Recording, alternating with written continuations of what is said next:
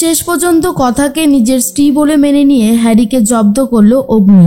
সম্পূর্ণ জানতে ভিডিওটিতে একটি লাইক করে প্রথম থেকেই দেখতে থাকো।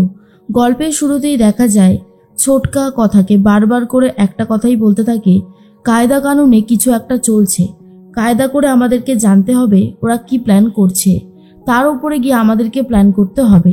কথা বলছিলাম কি ছোটকা, আমার না সত্যি খুব ভয় লাগছে গো, শেষ পর্যন্ত শেষ রক্ষাটা হবে তো? ছোটকা তখন বলে, আরে কথা, তুমি এত ভয় পাচ্ছ কেন? দেখো, ভয় পেলে কিন্তু হবে না, ভয়কে জব্দ করতে হবে। আমি আছি তো, তুমি চিন্তা করো না।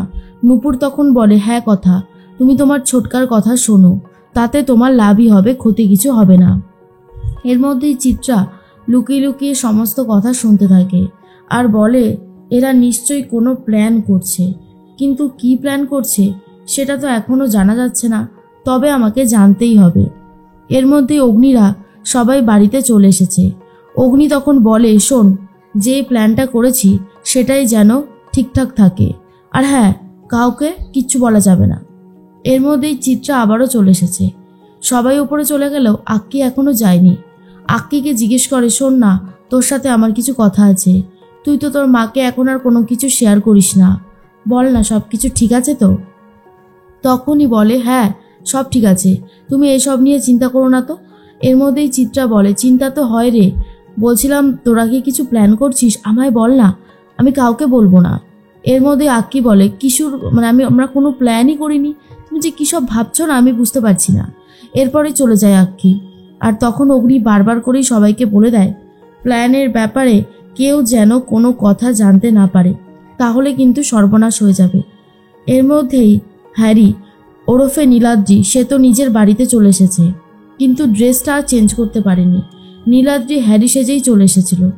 এর মধ্যেই মনে মনে ভাবে, সর্বনাশ করেছে, এবার যদি রেডিও দিদিমণি দেখে। বলতে বলতে রেডিও দিদিমণি ওরফে প্রিয়া চলে এসেছে আর বলে, হ্যারি তুমি এখানে কি করছো? হ্যারি বলে, আমি এখানে কি করছি, আসলে আমি তো নীলাদ্রির ফ্রেন্ড হই, তাই এসেছি আর কি। তখনই প্রিয়া বলে, নীলাদ্রির বন্ধু হও তুমি? ওই ভ্যাবলাচরণের বন্ধু তুমি হও? নীলাদ্রির বন্ধু তুমি কি করে হতে পারো? এর মধ্যেই মনে মনে নীলাদ্রি ভাবে, এই প্রথমবার রেডিও দিদিমণি আমার নামটা নিজের মুখে উচ্চারণ করেছে। উফ, আমার যে কি ভালো লাগছে সেটা আর কি করে বোঝাবো। অন্যদিকে দেখা যায় মনে মনে একটা কথাই ভাবতে থাকে প্রি, হ্যারি যে এসেছে, আমার যে কি ভালো লাগছে। এর মধ্যেই নীলাদ্রির মা চলে এসেছিল। নীলাদ্রির মা দূর থেকে নীলাদ্রিকে দেখে অবশ্য চিনতে পারেনি আর বলতে থাকে, এই ছেলেটা কীরকম পোশাক আশাক পরেছে, আমার নীলাদ্রি যদি এরকম পোশাক আশাক পরতো আমি তো ওকে উচিত শিক্ষা দিতাম। এটা যে নীলাদ্রি সেটা এখনও বুঝতেই পারেনি। তার মধ্যে হ্যারি বলে, আমি এখন যাই, আসলে নীলাদ্রির সাথে একটা দরকারে এসেছিলাম।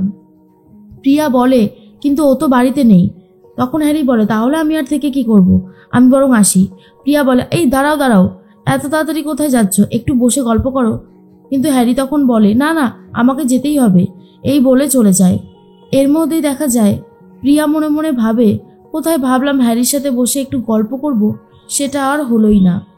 এর মধ্যেই প্রিয়া আর মনে মনে একটা কথাই ভাবতে থাকে হ্যারি, যে কবে যে সব কিছু ঠিক হয়ে যাবে।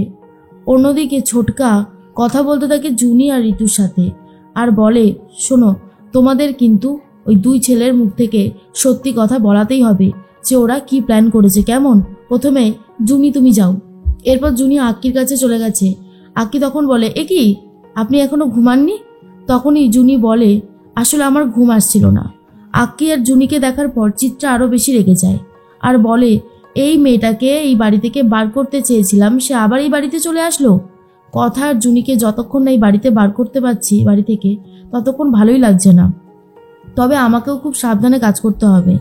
কথাটা যেইভাবে জয়দীপ বিশ্বাসকে ধরিয়ে দিল পুলিশে, এখন তো আমার রীতিমতো ভয় লাগে যে আমি না এসবের মধ্যে আবার জড়িয়ে যাই। অন্যদিকে লুকিয়ে লুকিয়ে সমস্তটাই দেখতে থাকে কথারা আর বলে, জুনি পারবে তো অভিনয়টা করতে? আক্কি তখন বলে, আপনার ঘুম আসছিল না কেন? জুনি বলে, আসলে আমার কথাকে নিয়ে না খুব চিন্তা হচ্ছে, ও যে কি শুরু করেছে, অগ্নিদাকে ছেড়ে এখন হ্যারি হ্যারি করছে শুধু, আমার একদমই ভালো লাগছে না।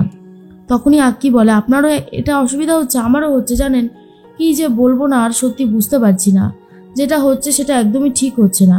সেই জন্যই তো আমরা একটা প্ল্যান করেছি। কিন্তু আক্কি প্ল্যানটাকে বলতে চায় না।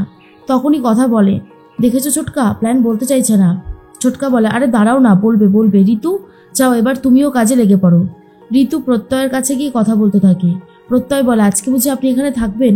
তখনই ঋতু বলে, হ্যাঁ, আজ তো বাবা মা বাড়ি নেই, তাই এখানে চলে এসেছি। প্রত্যয় বলে, বাহ বাহ, খুব ভালো। আসলে আমরাও না সব কিছু ভালোই করতে চাইছি, ওই মাঝখান থেকে হ্যারিটা খারাপ করে দিচ্ছে। তার জন্যই কথা বলতে থাকে এই প্রত্যয়ের সাথে ঋতু, আর বলে, বলুন না কি প্ল্যান করেছেন। তখনই আক্কি ওদিকে বলতে শুরু করেছে, এদিকে প্রত্যয়ও। আক্কি বলে, আসলে আমরা ঠিক করেছি আমরা দুটো মিউজিক শো দেখার টিকিট কাটবো। আর তখনই বিগ ব্রোকে একটা ফলস কল করা হবে, আর তখন বলবে ম্যান্ডি যাবে না, এটাই বলা হবে আর কি। টিকিট দুটো থাকবে, কথা যদি হ্যারিকে নিয়ে ওই শোতে যেতে চায় তখন আমরা পেছন পেছন যাব আর গিয়ে হ্যারিকে ধরবো। আক্কি আর প্রত্যয় ঋতু আর জুনিকে কথাগুলো বলে দেয়। আর তার মধ্যেই জুনি বলে, আচ্ছা আচ্ছা, এবারে আমি যাই, শরীরটা খুব খারাপ লাগছে, ঘুম ঘুম পাচ্ছে।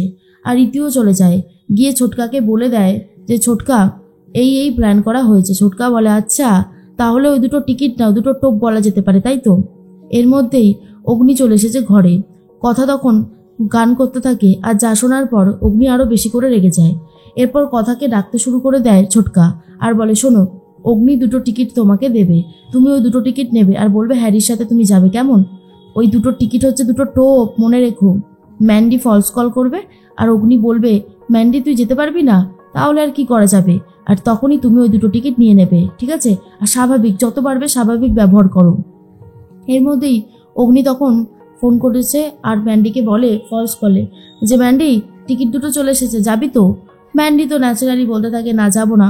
অগ্নি তখন বলে, যাবি না? তাহলে এই দুটো টিকিট নিয়ে আমি এখন কি করব? সত্যি তুই না আগে থেকে বলতে পারিস না। এর মধ্যেই কথা বলে, পাচক মশাই, হ্যারি তো মিউজিক শোটো শুনতে খুব ভালোবাসে, আপনি আমাকে টিকিটটা দিন, আমি ওকে দিয়ে দেবো। কলকাতায় নতুন এসেছে, এসব দেখলে আরও আনন্দ পাবে। অগ্নি তখন মনে মনে ভাবে, এত দূর। এর মধ্যেই বলে, এটা তো কাপল টিকিট আছে, আর কে যাবে ওর সাথে? হ্যারির সাথে আর কে যাবে বল? কথা বলে, আমি না হয় যাব। আর এটা শোনার পর তো অগ্নি বলে, বাহ, খুব ভালো কথা। শোন, তুই গেলে যা, কিন্তু এই চোখকে বলে যাস।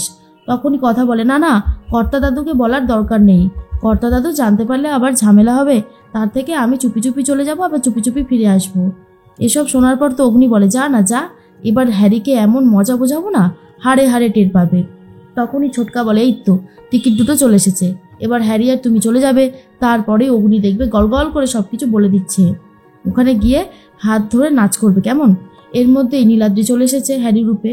আর কথা আর হ্যারি দুজন মিলে ক্লোজ ডান্স করতে থাকলে অগ্নির মাথা গরম হয়ে যায়। অগ্নি সবার সামনে হ্যারিকে ধরেছে আর বলে, এমন মারবো না, জানিস ওকে, ও কথাকলি গুহ, আর আমি হলাম শেফ এভি, এভির স্ত্রী হলো কথাকলি গুহ, তুই আমার স্ত্রীকে ধরে সবার সামনে কাপল ডান্স করছিস, বলেই মারতে শুরু করে দেয়। তো বন্ধুরা, অবশেষে কিন্তু ছোটকার প্ল্যান একদম সফল হয়েছে। অগ্নি কিন্তু নিজের স্ত্রী বলে কথাকে সম্মান করেছে। তো কেমন লাগছে কমেন্টসে জানাতে পারো।